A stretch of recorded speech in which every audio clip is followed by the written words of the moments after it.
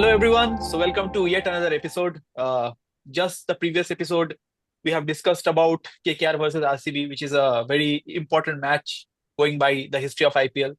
And the IPL fever, even without the IPL starting, it's already on, and we are feeling the heat already. There is one more important match coming up, which would be on a Sunday. That is the El Clasico of IPL, as they often say.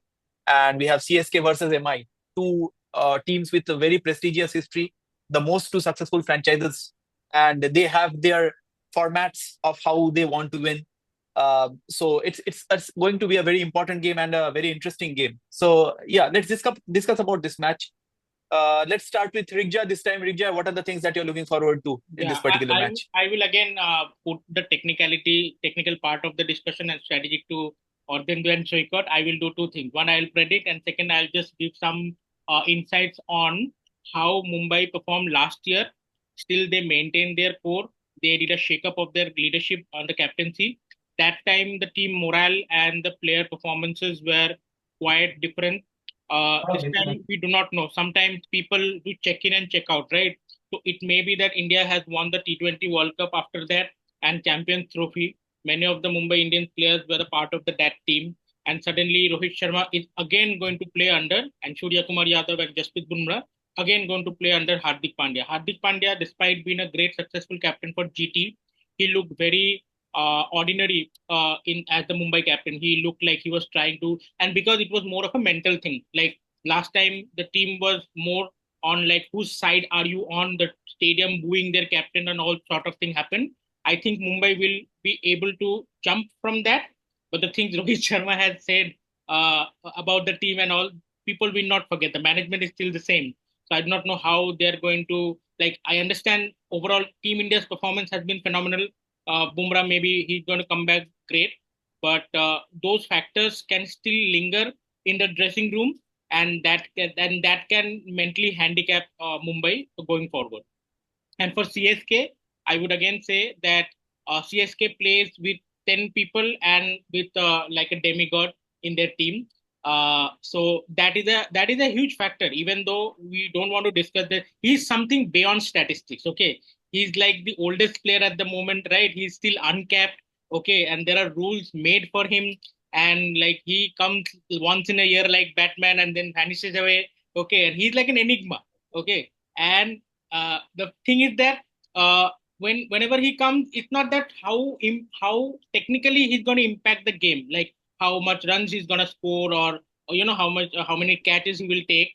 It's the presence of Dhoni in the field, the presence of Dhoni in the field that itself, and it will be played in Chinnaswamy, so it is like a different atmosphere. So that plays a huge role, despite how we talk about T20 game has changed and everything. That has not changed. So that sentiment itself will play a huge factor. And I believe in this first match, CSK will have the edge. Now to the tactical discussion between Order and Striker. Yeah. Yeah. So whenever we talk about MI, somehow, somewhat the other way, they always have the India core people in their team, right? So, like you were saying, Pandya will be carrying that baggage of how it went last year, the crowd going and everything. But just yesterday, I was seeing it in a reel, and it kind of touched me because the way he was booed in Wankhede itself last year when India won that 2024 T20 World Cup, and they were celebrating in the ground with they were doing that trophy parade and they were celebrating in the ground. The same crowd was praising Hardik, right? They were calling out his name and it was shouting out Hardik's name. So he has kind of, the people sentiment has kind of gone into his favor. So that will not happen. I think that aspect won't happen, that he would be feeling the burden of the crowd being against him mentally. But again, it's a team of stars, right? Lot many stars, and he has to do a bit better than how he did last year in terms of how he handles the stars. So all the kind of potential captains are playing under him. Be it Bumrah, who is kind of potentially the Test captain now. We have Rohit, who is the ODI captain now. We have Surya, who is the T20 captain now, and we have Tilak Verma. So all are kind of captains in their respective teams that they play, right? So it would be a tactical way in which how he handles the team that will lead to their success. So let's see. Let's look at that, how it goes. Or then, do you want to add something? Maybe about MI first, and then you can go into CSK. Yeah, I mean, before even starting to the technical part of it, I mean, two most successful teams we have, and two most successful leaders in their teams. Though Rohit Sharma does not captain MI yet, but MI now, but he has been one of the most successful captains, five-time champions each, and these two teams have been blockbuster teams. I mean, they have given some great contest. I mean, if you remember that match in the year 2019 where MI, I think they claimed their fifth trophy, I guess. That Malinga over, right, where CSK needed a 9 run in the last over, and Shardul Thakur got Oh, LBW in the last fourth, delivery. fourth. Okay, yeah. Yeah, that was the fourth title, right? So that's how it is. I mean, that's how intense their rivalry has been. And even when the entire core of CSK switched to that Rising Pune Super Giants team, right? Then also we had that epic thriller, that Steve Smith captain team, right? So this team has given battles every time, and it has never been one sided matches. I mean, in the initial few seasons it was CSK dominated, but then when Mumbai came to win that inaugural trophy in the year 2013, after that it has been always a very juicy contest between both the teams. I mean, they have given some epic contest in every year. So this is how it is going to be this year as well. And for me, I mean, before even starting the technical part of it, I would just say that these are going to be my top two teams of this IPL. I see these two teams in the finals. I mean, I would be disappointed if I don't see them, but that's how it is going to be. These are going to be my top two teams for the finals, and and we would see that rivalry in the very first match. I mean, while CSK has got a very spin dominated team, and I would say that they would be winning, if not all, most of their home matches at the MH Chidambaram Stadium. They have that spin. They have got their core back in the spin. Jadeja, Ashwin, Noor Ahmed, three very good spinners. I'm not sure if they will be able to fit in Rachin Ravindra somewhere in the lineup. If they can, and they should, then they would have that fourth spinning option as well, knowing the way he did well in the Champions Trophy as well. And he is a great prospector when it comes to the batting as well. I mean, he's yet to flourish. He did not play well last year. Did not play to his potential. I would not say play. He played very badly, but He did not play to his potential. But that now that Devon Conway is back, Rituraj is back. If they can fit in Rachin Ravindra somewhere, and maybe draw, they have to in that case drop either a Sam Curran or someone else, right? But having Ashwin, Jadeja, then Noor Ahmed, Pathirana, I mean, they have all that quality in the bowling lineup, and they will win most of their matches at home. Going to Mumbai are all sorted. I mean, they have a great batting lineup. The evolution of Tilak Verma, I mean, that is something Mumbai will benefit a lot. I mean, he's going to have a very good season this time. I am predicting a 450 plus season for him this year. Surya Kumar Yadav, I mean, he has not been in great form in India colors, but I think the fortunes will be back for him again in this IPL. Uh, the the the challenge for them would at the top would be whether to play Will Jacks or a Ryan Rickelton, or can they fill both of them? Because Ryan Rickelton was good. He was good in the Champions Trophy. So and he has that hitting ability. Will Jacks was great in the last IPL for RCB. So their batting lineup is very good. Their bowling department, pace department is also very good. The only problem with them is their spin department. They have Mitchell Santner, and I believe Allah Ganzafar is also there, right? No, He's I fit, think he's right? replaced. No, no, he's Oh, replaced by he's so replaced he is replaced. So that is the only problem. So that's the reason maybe at by Mujib. MA, uh, by MA at the MH Chidambaram Stadium, I think CSK will be winning this match. They have the edge slightly because of the spin ability. Otherwise, I do see them as the top two teams. But in this particular contest, I think Chennai is going to have the edge. They will be going to win the match. It will be mostly a 150 or a 160 kind of a contest, and it will be very closely fought. It will be going to the last 2 hours at least. That's what my prediction would be.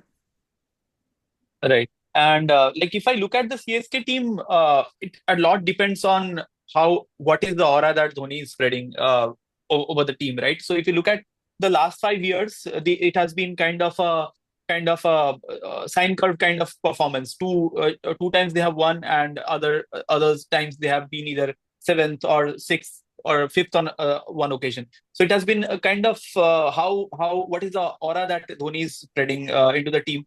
So that will be very important. And also, I'm very interested to see what is the role that Dhoni plays as a batsman, right?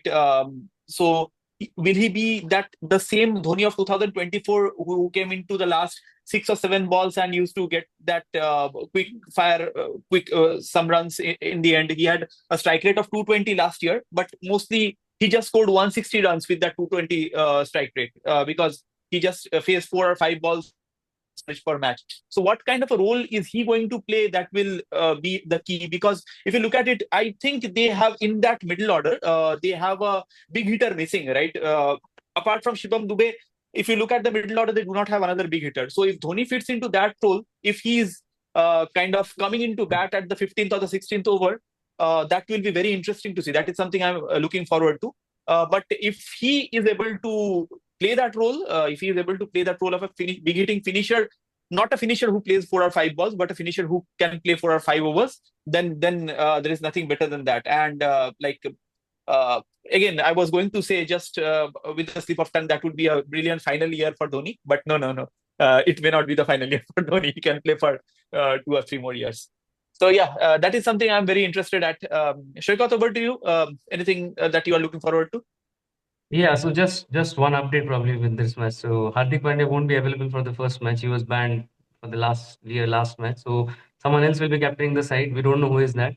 And obviously it is officially announced that Jasprit Bumrah is not available for the matches in the March. The Mumbai Indians will be playing their third match against KKR, which is on 31st March. Till then, it is assured. So what Arvind you mentioned, right, about CSK and MI are the top two teams. I think the biggest factor here is Jasprit Bumrah. So he's that one player who is irreplaceable, who can ball anywhere, anytime, and the biggest, I would say, the number one pick in the auction probably if every player comes in. So I think MI's performance will be dependent when Bumrah comes in, not just he's coming in when he's starting to fire because BCCI will be, they will be closely watching him because we have a long 5 match test match series. I think 5 or 6 matches, right, this time after the IPL. So probably Jasprit Bumrah's involvement will be a lot more to see for MI, how much they can give it to MI. So talking about I'll talk about individual teams first, then I'll go to the match. So the biggest, I think, what just you talked about, right, Sharmudi, they don't have a big hitter. So what they have instead in between, they have Rahul Tripathi, they have Vijay Shankar, and they have Deepak Huda. So for them, imagine players like Rahul Tripathi, Vijay Shankar, and Deepak Huda. No other team is a better team for revival than coming to CSK. So you never know. Deepak Huda turns out and Right. scores the maximum amount of run he ever did in IPL. So that is the reason I'm still thinking that MS Dhoni will not be doing anything else apart from what he did last year. Maybe worse than that, considering he had knee surgery. So I personally doubt about his wicket keeping skills as well, whether he will be diving. He did took 2 or 3 matches to get some headlines, but I don't know whether this time around he can be able to do that. But he will be still playing in that template that I'll only play 6 to 10 balls. Other than that, my fitness won't be giving me. Which means Shivam Dube and Ravindra Jadeja and Mitchell Santner after him will be the key role. These three will be playing the key role for the finishers. Santner is in And MI, Saika, just to correct. Mitch sorry, Santner is in MI, yeah. Santner is in MI. So probably just Shivam Dube and Ravindra Jadeja are the only two finishers, and this is their biggest weakness if I talk about.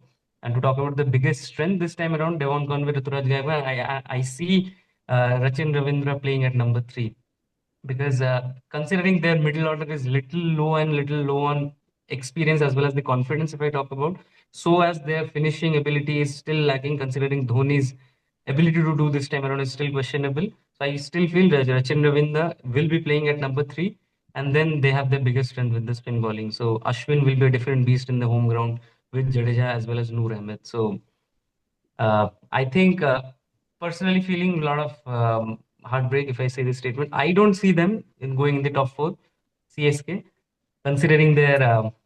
I see a lot of holes in their batting, but I eventually my heart says that they will. This is the team which will bring out the best out of the players. So somehow, if even if they manage, but coming today at this date before the start of IPL, I can say they are not qualifying.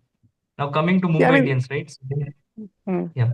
Yeah, I mean, just to add to your point, I mean, they will be struggling in pitches like Hyderabad and Bangalore, just because of the thing that you mentioned that they don't have a finisher in their lineup.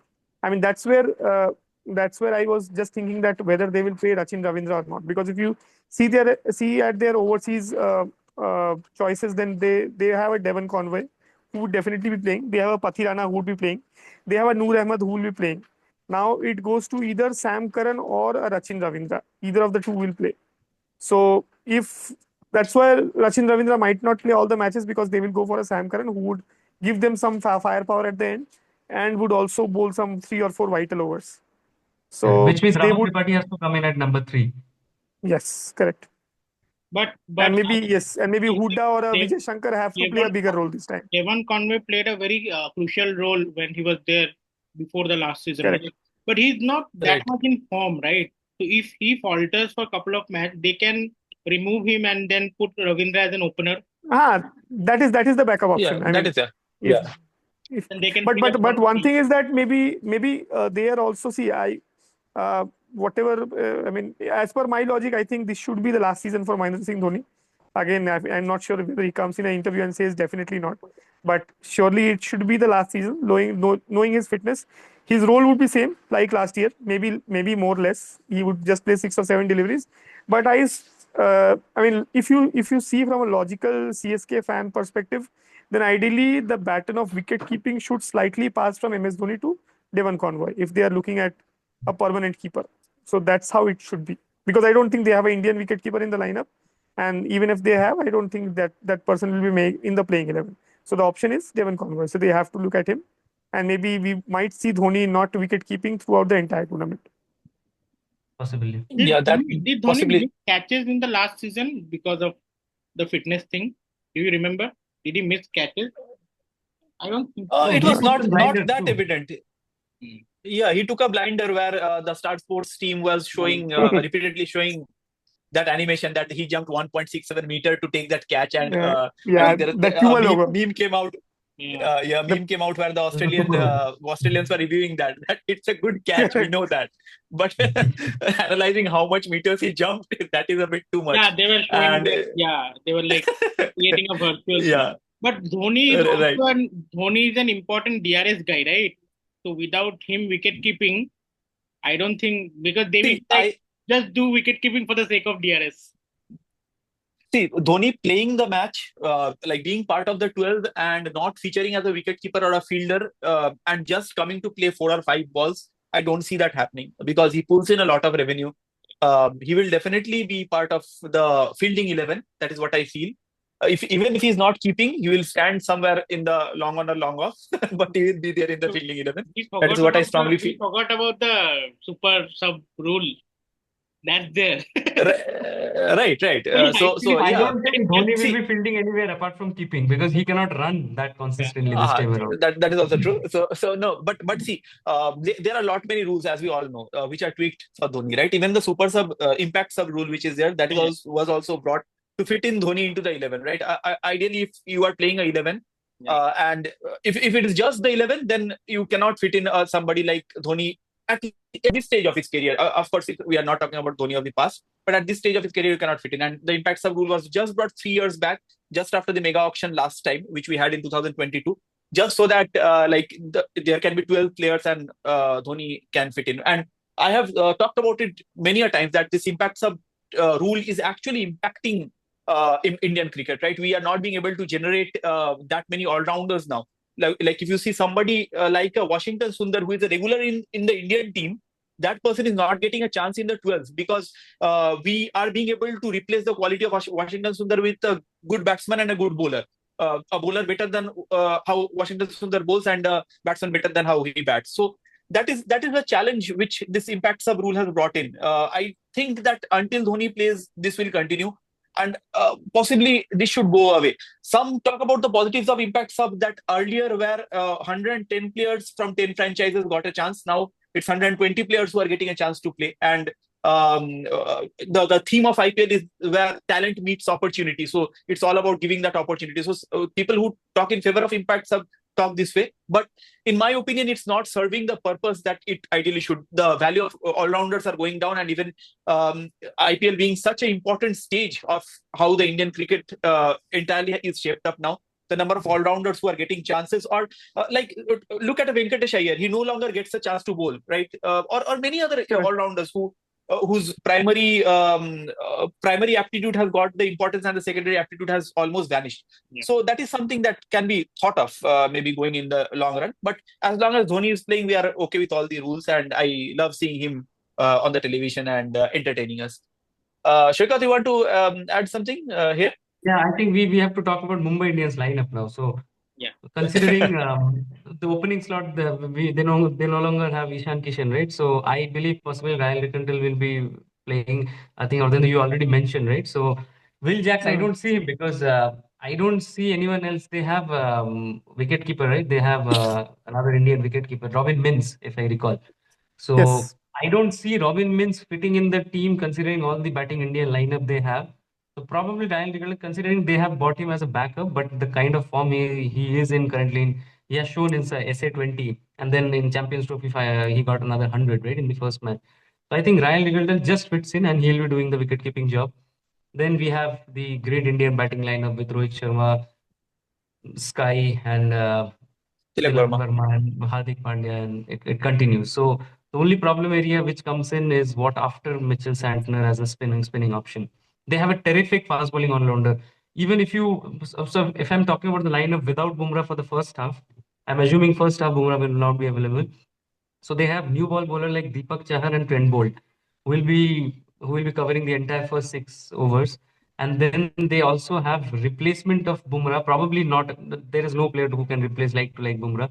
They probably go with Reece Topley, who will be again a new ball bowler as well as he's in a good rhythm. He's back after the injury, and they can play the Afghan spinner who I think Ala Ghazanfar is not there, right? So they have Mujibur Rahman. So I think they can still play Mujibur Rahman if they don't play Reece Topley. If they want to play Reece Topley, then Karan Sharma can come in. So the spinning attack is somewhat looking not as bad as it was in the last year. I think Piyush Chawla was the only one Hmm. in the last 2 or 3 years. Correct. Now they have a in-form Mitchell Santner, who is in the prime stage of his career, along with him a decent Afghan bowler. So, and we'll definitely see some surprise faces as well, what MI usually does. So I see no other gap. Only the thing is if Bumrah, he doesn't join in or join in late and how much effort he's going to give. I see this squad is winning and lifting the IPL this time.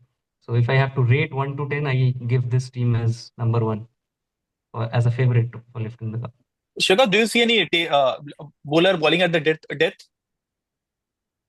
See that is the impact of Bumrah, right? So Reece Topley is there as a death bowler. They have. Mhm. Other than that, Hardik Pandya is there. So we have Hardik Pandya bowling along with either Reece Topley or Bumrah, whoever is available. So this is the only thing they Mhm. have. And then they have if they play Mujibur Rahman as a mystery spinner, they will probably go with mystery spinner at the end, back 5 overs. So this is a Yeah. little of concern if Jasprit Bumrah is not there. If he's there, I don't think there is any team stopping this time around because people have accepted Hardik Pandya as captain, and I feel they will be Right. backing Hmm. him. Yes. And I yeah. have like a counter question.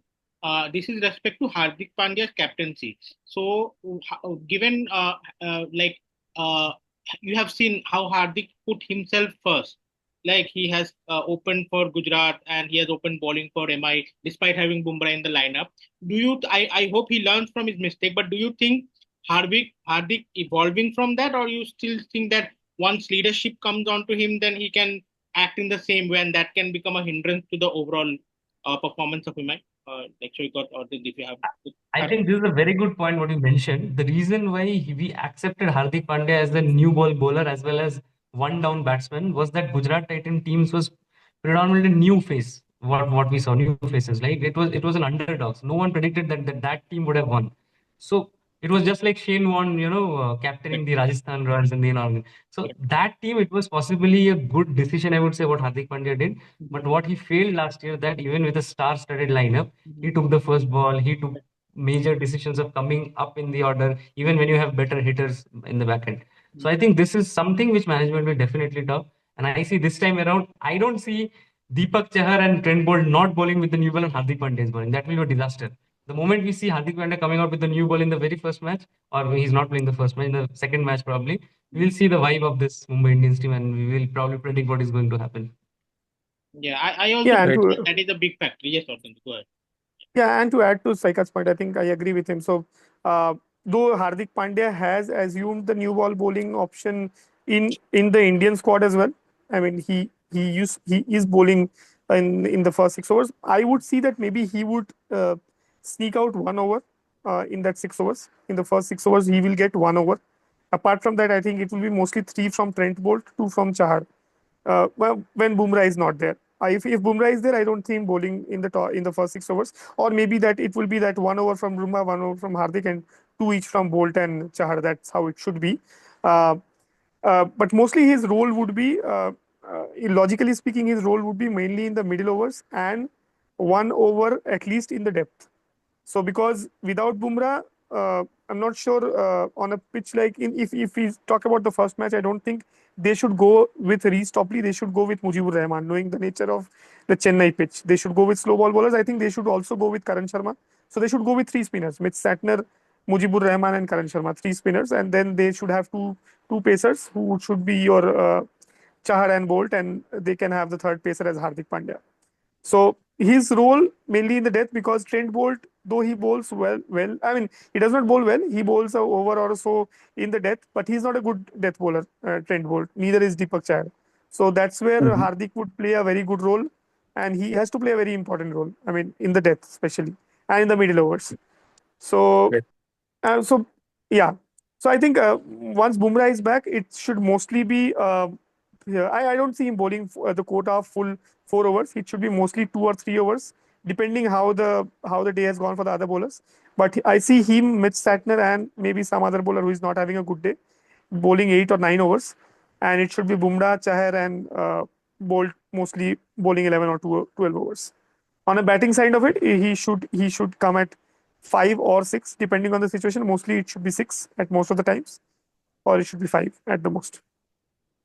And Right. And it, I think the Mumbai lineup this time, the last time the chemistry was missing, but I think this time that acceptance has come, and I think everyone has understood their sort of roles that they have in the team. So it should be a more balanced lineup off and on the field.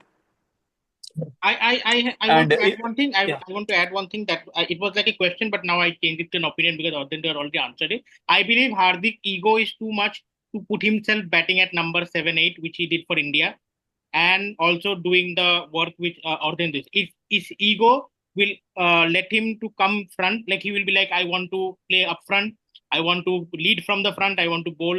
And maybe he will not open this time, but it's not that he will come later on. Even having Bumrah, he will still come within the power play over, and he will try to put himself at number 4. Right. And as we were discussing in the beginning, these two teams have the strongest like history, right? The captains of both the teams are the most successful captains of the IPL, and it's not a fluke that they are most successful captains in India colors also, right? So captaincy kind of was their strongest suit in IPL, and that transpired when they captained India, right? And both of them are no longer captains. But another thing in common between them is that when they retired from the first format they retired from, like when Dhoni retired from the Test, what we discussed was that Test cricket was the strongest game he could play in, right? The kind of strike rate he was playing in from 2014 to 2019, we always felt that he could have played 2 or 3 more years of Test cricket, because that would be the strongest contribution he could do in Indian cricket at that point of time. Similarly, if you look at Rohit Sharma also, he has retired from T20, but the template of cricket he's now playing that best suits in T20, right? He is going in that flamboyant manner at the top. He's trying to set a template for the team that how aggressively he can play, and that is best suited for T20. We all glorify that he's a selfless cricketer. Of course, he is playing selflessly, but that selfless brand of cricket works best in T20 cricket. So that is one more aspect which is common between these two captains, right? Both are the greatest captains that India ever had, or any IPL franchise ever had. But the first format they left from was the strongest format for them, is what something more common between the two. So Rohit Sharma's role, I think, would be pretty similar. What he has been doing for India, it would be pretty similar. He would come at the top and go bang bang. So that is what I'm trying to see now. This is the first season for him as a retired T20 India cricketer. So IPL is the only place where he is playing this format. Okay, yeah. So let's go into the quick predictions of this particular game for both the season. And about this match. Arjun, first, you go. Yeah, I already mentioned in while I was mentioning my thoughts. So CSK would be winning this match. It would be a very close contest. Maybe the game will go to the last 2 overs, but CSK is winning this. Maybe by a margin of few runs or a few wickets. I mean, depending whenever they bat. From a overall season's perspective, as I mentioned, these are going to be my top two teams, and I see either one of them lifting the trophy this time. Most probably it should be MI, but I am not sure if CSK can also do that. Yeah, so Vijay? that would be my Yep. prediction. Yeah. Also, let me put my conspiracy hat on and say that this match will be a super over so that people get charged up and then CSK will win the match. And for the overall, I think both Mumbai and CSK will be. I believe they might play this final this time with either of winning the sixth championship and putting the tattoo or whatever the advertisement. Right. Shekhar? Yeah, considering the unavailability of Bumrah and Hardik Pandya, I think it's a clear-cut pick for me. CSK is winning this match, but MI is the favorite for the tournament. Right. My prediction is CSK again. Whether they for this particular match, whether they will go into top four or not, that is still questionable. Considering there are multiple pitches where that middle order big hitter missing could be a factor. So let's see how things go for them. So yeah, I think that's it for this particular episode. We discussed about CSK and Mumbai, two teams with a rich history. I hope you liked the discussion, and if you like it, please do subscribe to our channel and put your comment and thoughts on who do you think will be the favorites for this season and for this match. Thank you, everyone. Thanks for joining us. Bye bye.